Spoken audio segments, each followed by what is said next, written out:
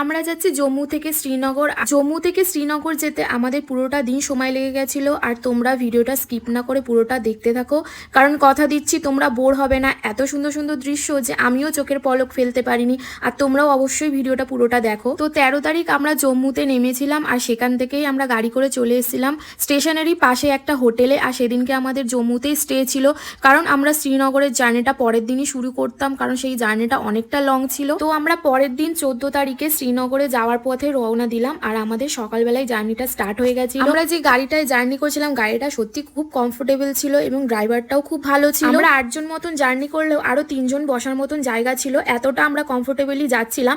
আর দেখো রাস্তায় এখানে আমরা একটা জায়গায় টিফিন করার জন্য হোল্ড করলাম। আসলে এটা টিফিন না, এটা আসলে লাঞ্চ। তো লাঞ্চ করার জন্য এখানে আমরা মিক্স ভেজ ম্যাগি নিয়েছিলাম, কারণ এখানে কোথাও নন ভেজ পাওয়া যায় না। তোমরা যারা আমার মতো নন ভেজ খেতে ভালোবাসো তারা কিন্তু এখানে এসে খাবারের অত অপশন পাবে না, কারণ এখানে বেশিরভাগটাই সবাই ভেজ খায়।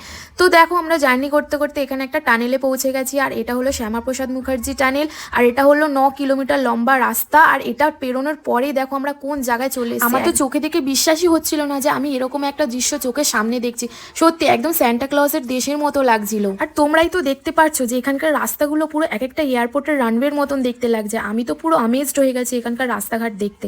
আর দেখো আমরা পৌঁছতে পৌঁছতে অলমোস্ট বিকেল হয়ে গেছিল। আর এখানে সানসেটটা দেখেছো, একদম চোখ ফেরানো যাচ্ছে না। সত্যি বলছি, ট্রাস্ট মি, আমি জীবনে প্রথমবার এরকম সানসেট দেখলাম। আগে এত সুন্দর সানসেট আমি কোথাও দেখি। যেহেতু পৌঁছতে পৌঁছতে অলমোস্ট সন্ধ্যেবেলা হয়ে গেছিল, তাই এখানে একটা বেকারি শপে ঢুকেছিলাম কিছু শুকনো খাবার নিতে, কারণ আমাদের এখনো যেতে অনেকটা সময় লাগতো। আর দেখো এখানে এত ঠান্ডা লাগছিল যে আমাদের চাই একমাত্র লাইফ সেভার ছিল। আর এখানে যেই ভাইটা চা বানাচ্ছিল তার কাছে তো এই ঠান্ডা কিছুই না, তবে আমরা এই ঠান্ডায় একদম কাবু হয়ে গেছিলাম।